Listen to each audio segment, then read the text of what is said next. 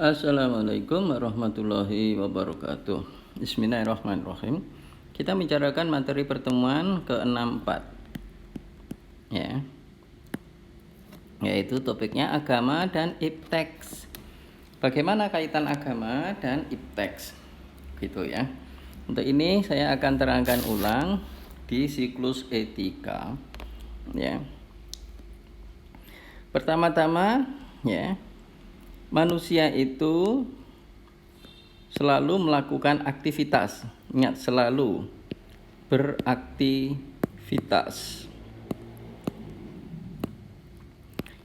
Selalu ini artinya tidak pernah berhenti, gitu ya. Bahkan manusia tidur, ya aktivitasnya tidur, gitu ya. Tidak pernah berhenti. Habis tidur nanti akan apa? Bangun. Di kegiatan bangun itu banyak yang terjadi di sana ya. Pertama kali mungkin rasa sadar, nah gitu ya, rasa sadar. Mungkin habis itu diikuti dengan membuka mata. Mungkin habis itu diikuti dengan menggeliat,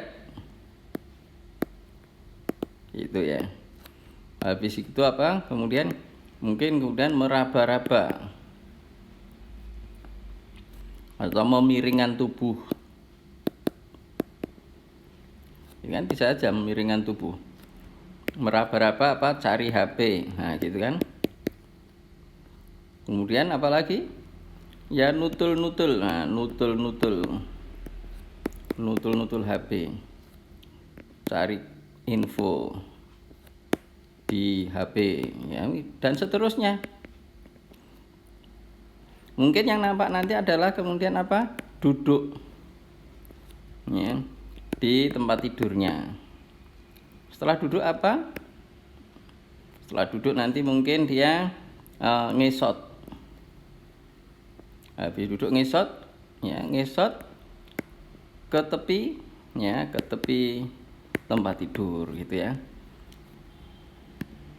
Mungkin tadi ya di sini lupa ya. Ya, setelah dia memiliki tubuh, mungkin di sini dia doa. Ya, doa dulu ya.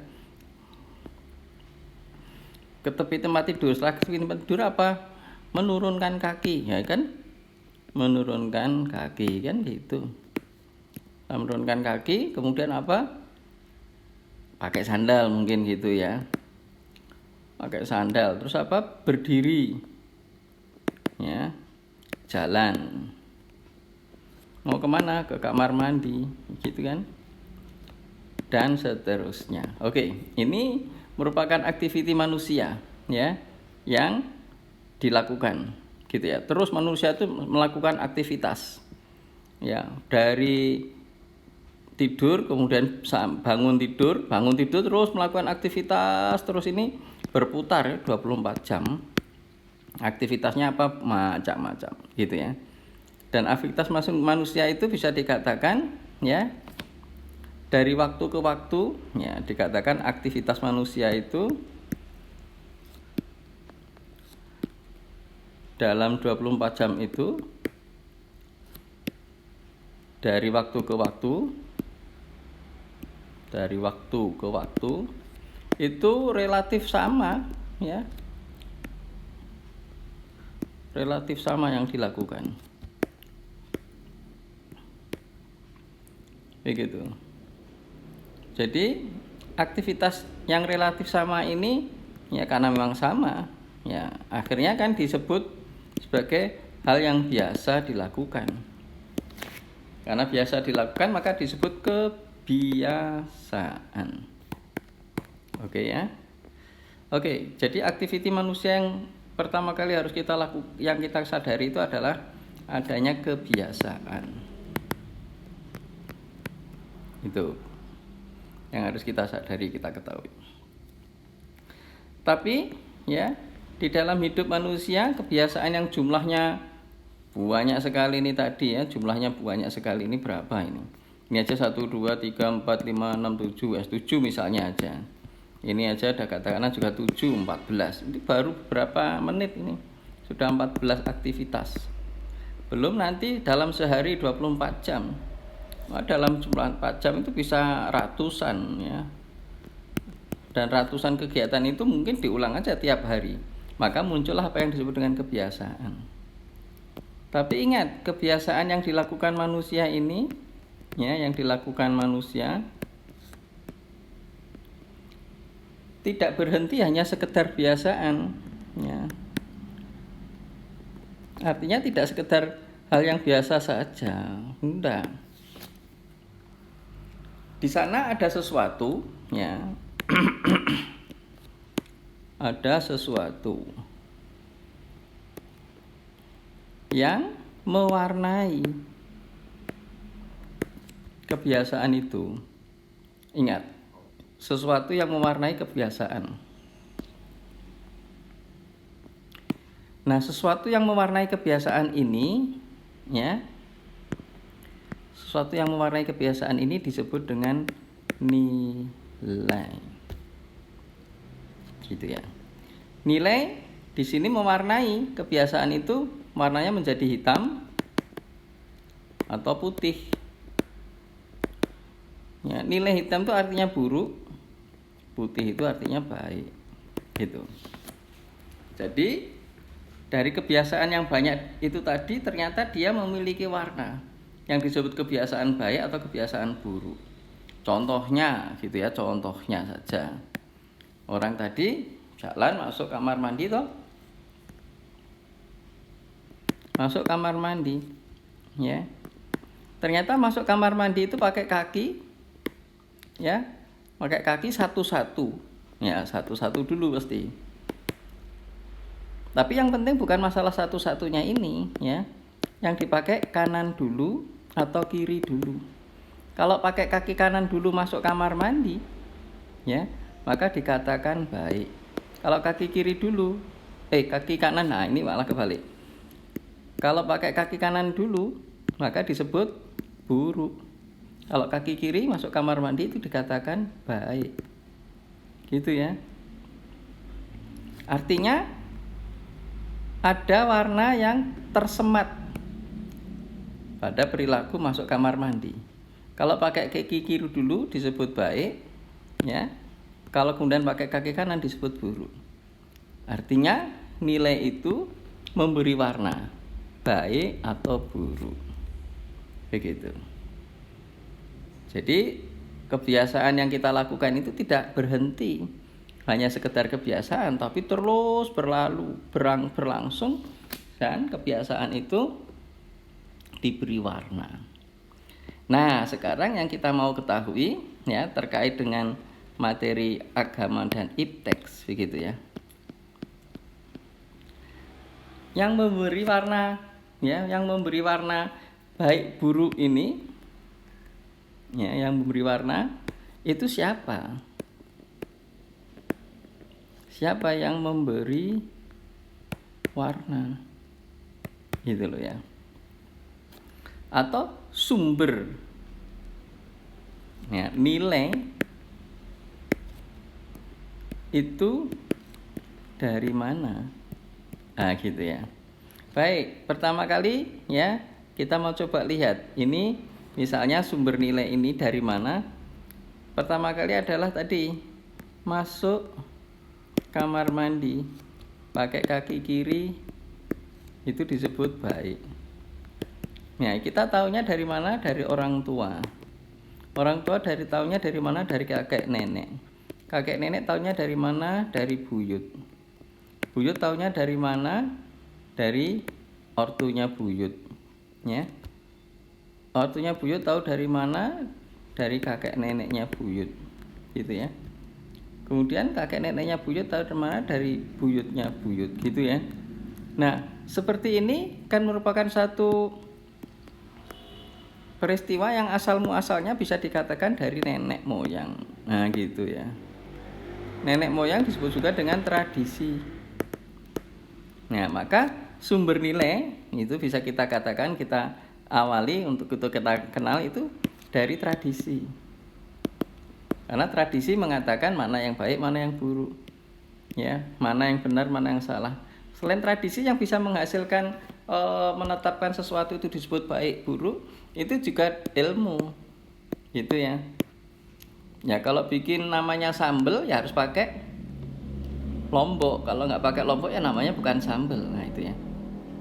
Sambel itu kalau benar ya pakai lombok. Kalau nggak pakai lombok salah, ini bukan sambel namanya. Kan begitu misalnya. Jadi ilmu masak, gitu ya. 3 selain ini hukum.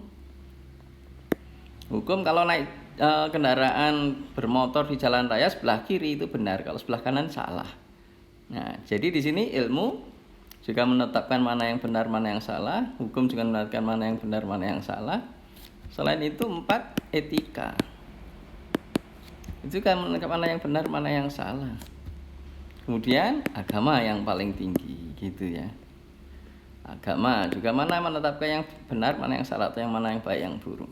Nah, di sini kita melihat ada keterkaitan antara ilmu dan agama dari sisi sumber nilai.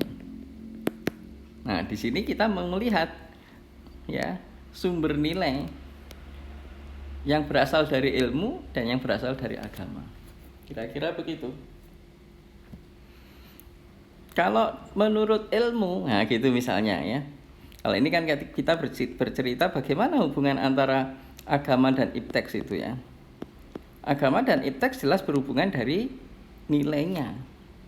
Dari sumber nilai maka agama dan ipteks itu berhubungan. Begitu. Katakanlah kalau ilmu itu ya namanya ilmu. Nah, ilmu itu kan bebas nilai, bisa dikatakan awalnya begitu. Tapi kalau ilmu itu bisa dikatakan intinya apa yang diajarkan oleh ilmu itu bersifat netral. Tentu baik kalau dilakukan sesuai dengan kebutuhan, gitu ya. Misalnya ya, orang pusing diukur tekanan darah. Diukur tekanan darahnya pakai apa? Pakai tensimeter. Kan gitu. Tensimeternya bagaimana? Pakai tensimeter yang manset. Maka orang pusing ya, diukur tekanan darahnya pakai manset, mansetnya dipasang di lengan. Dipasang di lengan atas, gitu kan? Maka yang seperti ini disebut benar atau positif, gitu ya. Tapi kalau dipasangnya di dahi, ya, di kepala, gitu ya, maka yang seperti ini salah atau negatif, gitu ya. Terus bagaimana, ya, kalau dikaitkan agama menyikapi, ya, untuk hal ini loh, untuk hal ini yang hanya ini saja. Peristiwa Nancy tadi. Tentu dalam hal ini agama tidak mempermasalahkan. Tidak mempermasalahkan. Jadi agama akan ikut ilmu. Agama ikut ilmu dalam hal ini agama merujuk ya nilai dari ilmu gitu. Tapi tentu tidak semua yang seperti ini kemudian dipakai oleh agama. Artinya agama menyetujui atau agama merujuk nilai dari ilmu untuk menetapkan mana yang benar, mana yang salah. Begitu. Tentu tidak semuanya seperti itu, begitu ya. Contoh yang lain misalnya ya, misalnya terkait dengan ilmu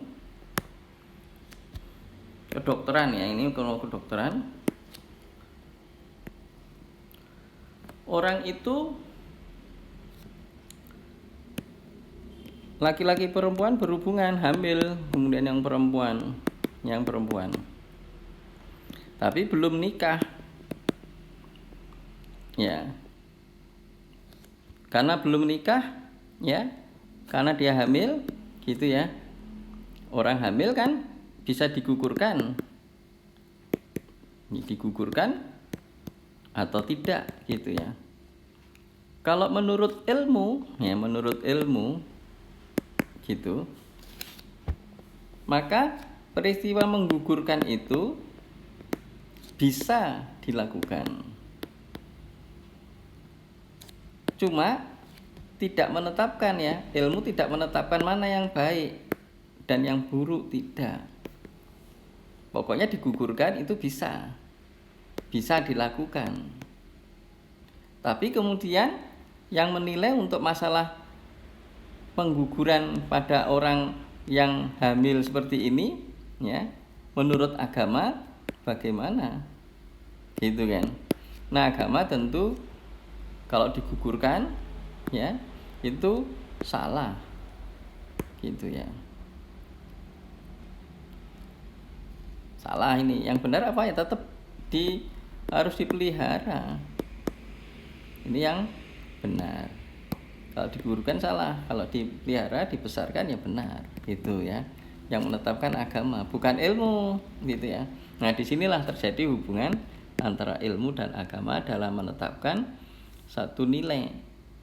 Dalam hal yang umum memang ya, secara umum memang agama, karena agama sebagai sumber ilmu, sebagai sumber nilai ya, maka harus dijadikan referensi nilai. Jadi karena sumber nilai maka agama harus jadi referensi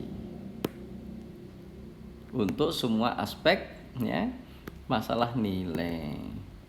Yang intinya jawabannya adalah apakah sudah sesuai dengan nilai agama. Oke, ini konsep hubungan antara agama dan ipteks. Termasuk teknologi. Teknologi kan tadi penerapan dari ilmu, aspek praktisnya dari ilmu. Baik, itu untuk materi pertemuan kelima, pertemuan keenam untuk subtopik yang keempat. Terima kasih.